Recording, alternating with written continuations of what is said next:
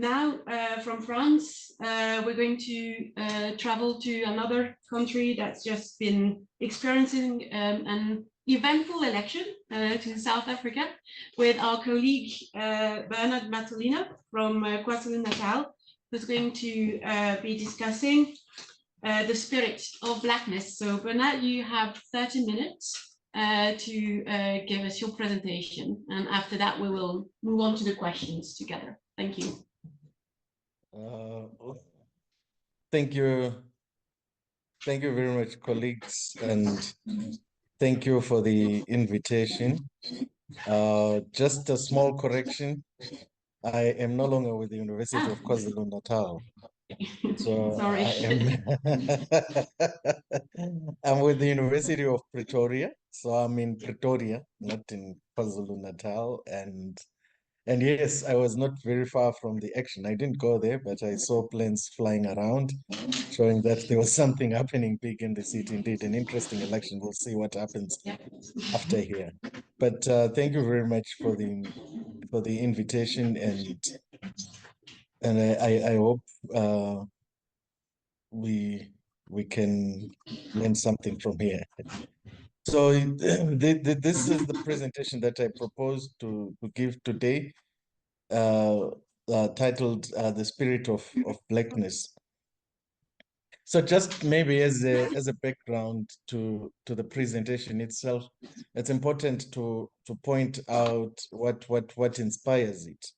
And what inspires it is this pride that's taken in Black identity, which is always placed in what can be seen as the authentic spirit of being Black, or the authentic spirit of what it is to be Black. This is contrasted with what can be seen as a lost identity of Blackness or something like that. So the invocation of the spirit of Blackness also has got a little role that it plays in the construction of racial identity and subsequent race and racism that comes with it. So I start by saying the curious fact about racism is that it plays to difference. So if at all there is racism, the insistence is always on the kinds of differences that are there. This could be phenotypical, cultural, or geographical differences. The self-evidence of these differences give races the status that they have, and they also give them the sort of standing that they have if there's going to be any hierarchization of races or discrimination or favoring of races. Yet also this difference is taken to be constitutive of particulars such as being African as distinct from being European. So what sponsors that particular will be something that is phenotypically, culturally, and geographically distinct.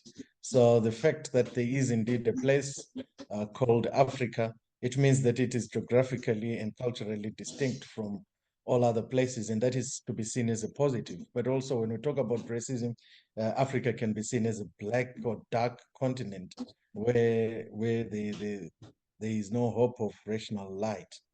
So what we then see is a tense playoff between the usage of difference as a positive signifier and as grounds for discrimination and exclusion, because the very same grounds that are used to sponsor discrimination are grounds that are embraced as positive markers for identity of a people. In this case, the Black people were discriminated against.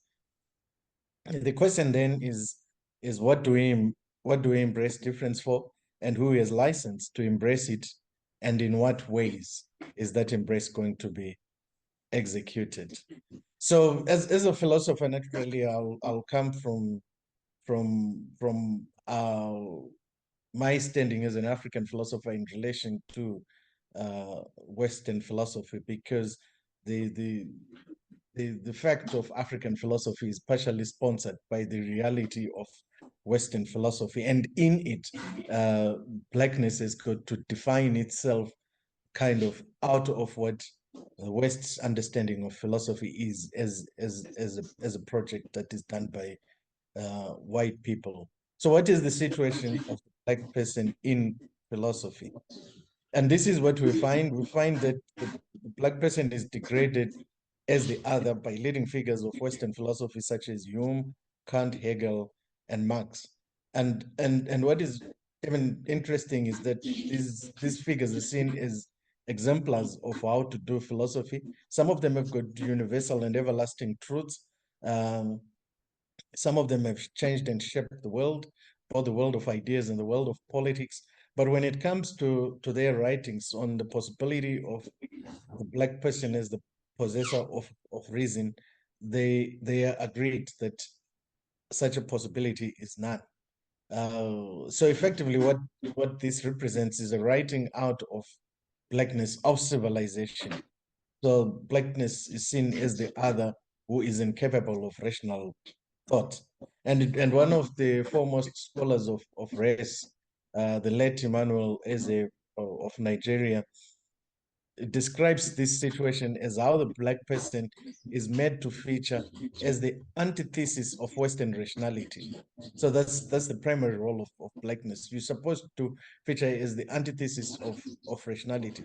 So his function is to affirm Western rationality. When these famous philosophers consistently cite the black person as incapable of rationalization, what they're effectively doing is they're playing a game which seeks to affirm their own kind of rationality as superior to the one that they've identified as inferior, precisely because the one that they've identified as inferior, he has got trends or has got signs that are remarkably different from its Western counterpart.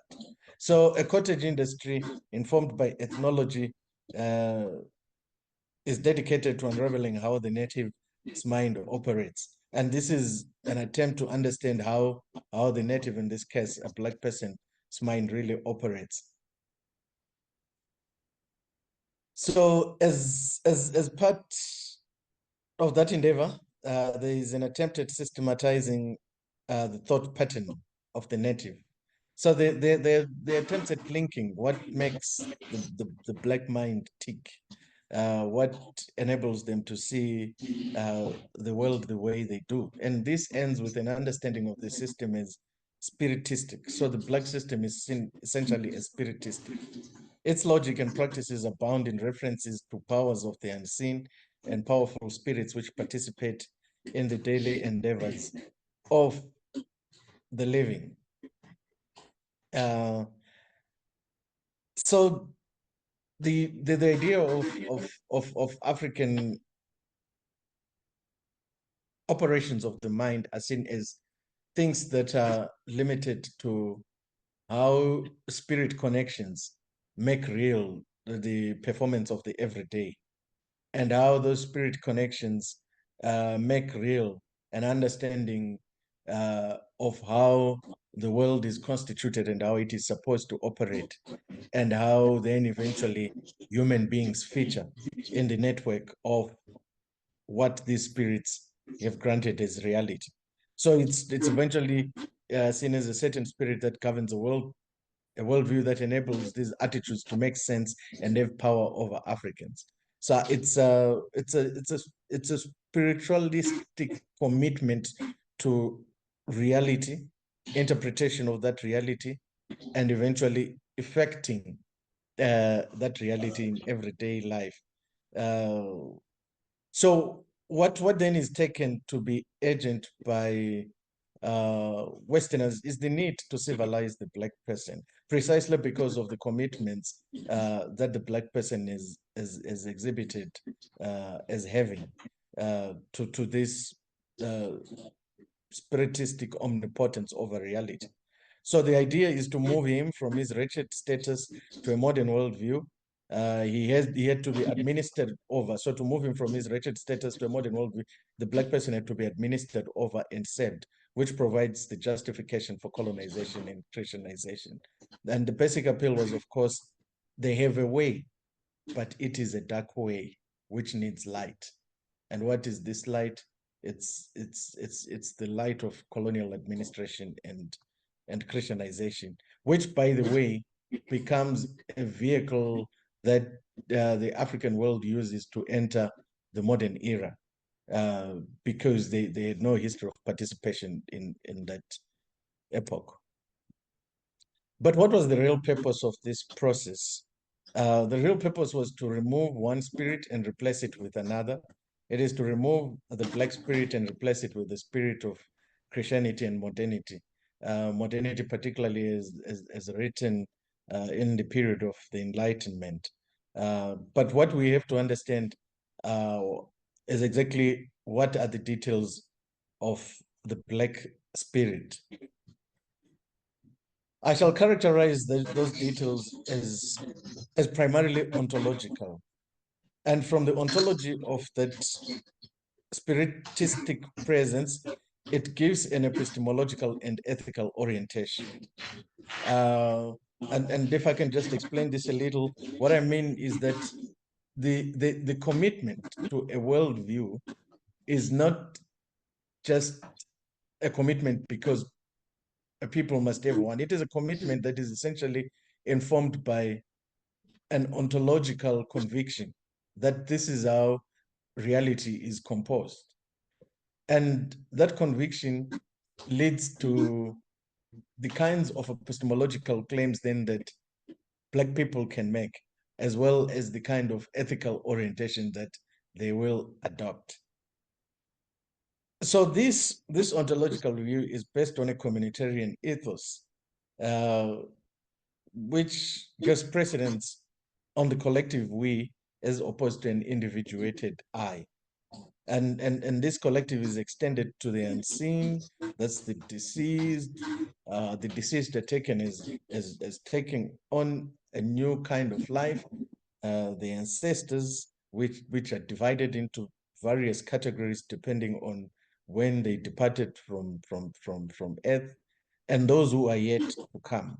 It creates obligations and duties beyond the present to encompass everybody who is seen as having an interest in current life, and that everybody is those who belong to the departed and those who belong to the yet to come, whose interests are effectively protected and seen to by the living. So this gave rise to a particular orientation to the world, and that orientation was seen as impenetrable by the colonials. It also came to be termed the logic of mystical participation. There's a lot of literature around terming that African orientation, and its key characteristics are defiance of logic, spiritism, refusal to see contradictions, and very strong belief in magic.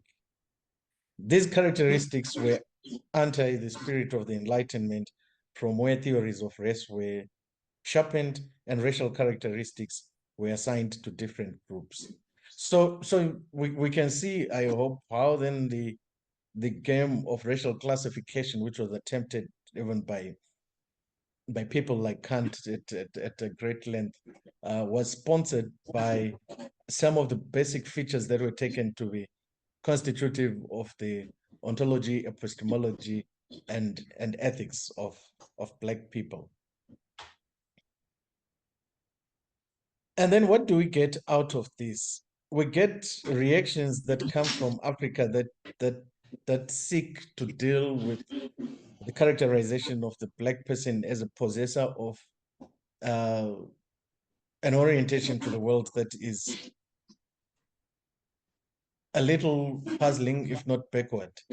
So what we get is negritude.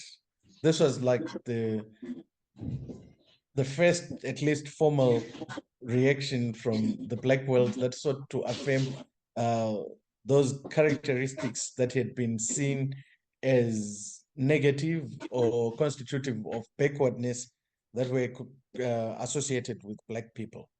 So it starts with Amy Cesare from Martinique to Leopold Sédar Senghor, and they openly take pride in those things that are characterized as negative.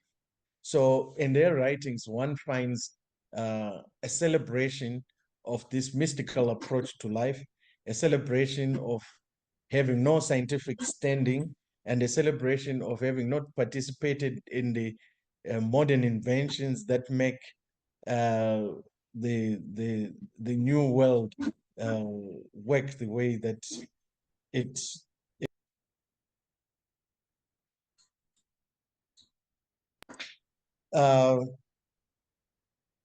This celebration is supposed to be a proper and appropriate marker of what it means to be Black.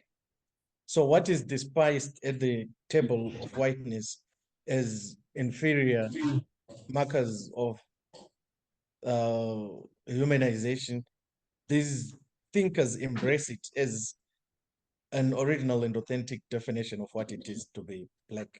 Interestingly, you see this extending itself to what I call communitarian networks of thinking. And these networks are primarily responsible for the beginning of African philosophy that we see happening in the, at least the professional beginning of African philosophy that we see happening in the late 1970s, running into the 1980s and parts of the 1990s. These communitarian networks are intent on defining the being and conduct of Africans as distinct. And what do they exactly mean? They mean that there is something that is fundamental to Africans that either is informed by communitarian commitments or that results in communitarian commitments that is got to be seen as distinct from what the rest of humanity is capable of. So the products are oft celebrated frameworks such as Ubuntu. I'm sure colleagues, you have heard or have read about how Ubuntu is celebrated as an original African system of thought that may aid the rest of humanity in dealing with some pressing ethical issues. So this is the idea. The spirit of Ubuntu comes from the distinctness of Africans from the rest of humanity. So this idea of difference is a long history of being defended and celebrated. We see it at the beginning of the professionalization of philosophy and ethnophilosophy and nationalism, etc., etc. And at this stage, then we bring in one of the most celebrated, if not the most celebrated philosopher on the continent, the late Kwasi Wiredu. And Kwasi Wiredu's intervention is interesting because, at least if we take seriously that, as I indeed assume, that the idea of race is associated with a view of a certain spirit that is carried by a people. And this spirit manifests itself in how they are oriented towards the world, how they understand the world, and how they conduct themselves in that world. If we at least take that seriously, then we will also take seriously the idea of the distinctness of Black people as bearers of a particular spirit that informs their orientation in the world. And it is reaction to that spirit that gives them the mark of inferiorization, and that leads to racist encounters between a particular setting of Europe and a particular setting of Black Africa. Wiredu's intervention is interesting because he says those who have used what I've just described now as spiritistic references or spiritistic realities of how Africans are constituted and how eventually they are oriented towards the world are at best expressing their own ignorance of their own spiritistic traditions. For Wiredu argues that Europe has had a long history of mysteries and spiritistic references, which is seen in episodes such as belief in witchcraft and long periods of antagonism with science, etc., etc.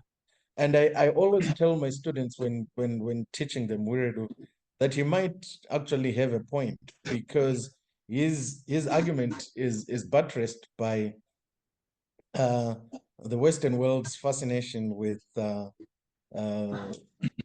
Harry Potter's books or Harry Potter movies. Harry Potter books are sold out before they they even arrive at the bookshelves. And what is that fascination? It could be that Europe misses, or the Western world misses those kinds of references to their long gone realities. They might have value, whatever the value is. So this is the point that Weird is making, is saying every people have got a history of spiritistic references. It's only that Africa right now stands as the place that is most prominent in being closer to traditionalistic spiritistic societies, hence the fascination and the condemnation as an inferior. So his argument will be that there is need for recognition of moments of spiritism as passages from one mode of thought to another. Whether that passage is internally sponsored or externally sponsored, it's bound to happen. However, each people for Wiredu have their own spiritistic references, and what is important is that they should be argued for. And indeed, many examples can be invoked about such existence of those spiritistic references and arguments that are made in favor of such spiritistic references. So the crucial requirement is that Africans must have an argument for their beliefs and attitudes in order to avoid what Wiredu identifies as the three evils, which are anachronism, belief in outdated modes, authoritarianism, belief in something just because superiors such as ancestors have stated it, and supernaturalism, belief in supernatural powers even when one does not have evidence for that. The question now becomes, what sort of rules are permitted to regulate the engagement, which we shall call argument? Because as you have seen just now, colleagues, Wiredu calls for arguing in support of your spirits. And he says this is absolutely essential for transition from mere spiritistic references to logical proofs of the reality of those spirits. But then the question becomes, in formulating arguments, what mode of argumentation shall be adopted? And what way of proceeding shall be called argument? And we see this in the development of African philosophy in Africa, or philosophy for Africa, which begins to spell out the rules of such an engagement, which shall be called argument. But what wins the day here is the communitarian logic, which again emphasizes difference and prioritizes the reality of the community over the reality of the individual, which is juxtaposed with what is commonly believed to be the prevailing spirit in the Western world, which is that of individualism. But here are the real questions that we must ask. We should ask, in what ways do self-definitions of the spirit become complicit in the condemnation of the African? How does the requirement of a presentation of a distinct logic inhibit the acceptance of universals that are applicable to all? What is the purpose of the reference of an immutable past and defense thereof? What is the relationship between tradition and modernity? And I think these may be guiding questions when thinking of how the spirit of modernity is juxtaposed the so-called authentic African idea. So, and this is my last slide, a real difficulty has to do with the way that Africa comes into modernity. It is through contact with a certain type of Europe, which is a racist and colonizing Europe. Yet it appears this has been the lasting impression of Europe on Africa. Because if you look even at other types of scholarships that are emerging, a very popular orientation to scholarship right now is that of decoloniality or decolonization. That even 50 years after Africa has attained its independence, there is this strong belief that colonialism's reach has not completely disappeared. So there is an impression of this impression of Europe causing havoc and terminating what is original to Africa. So under the pressure of rediscovery, Africa has to navigate racisms and overcome stereotypes of underdevelopment. And what can be responsible for such a recovery, because Africa is then seen as in a state of needing some kind of recovery. And the idea is that it is the recovery of the original spirit. What remains to be seen then is whether it will work, and work as what. That's the end. Thank you very much, colleagues.